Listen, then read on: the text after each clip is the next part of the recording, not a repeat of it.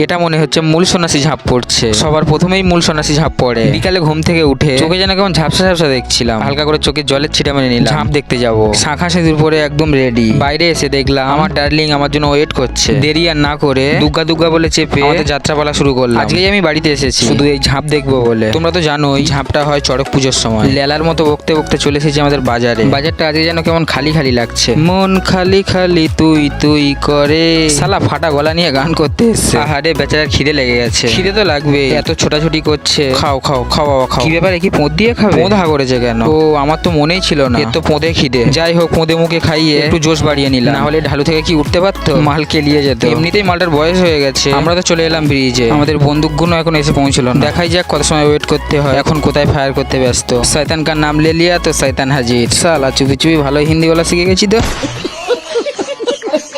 যাই হোক, চলে এসেছি আমাদের গন্তব্যস্থলে। ঝাঁপ পড়ার আগে ফলমূল ছড়াতে হয়, তাই এখন ফলমূল ছড়ানো হচ্ছে। ফলমূল ছড়ানো কমপ্লিট। সবার আগে মূল সন্ন্যাসী ঝাঁপ পড়তে হয়, তারপরে চেলা চামুন্ডাদের পালা। মূল সন্ন্যাসী ঝাঁপও পড়ে গেছে, আর দেখো ওরা কতটা আনন্দ করছে।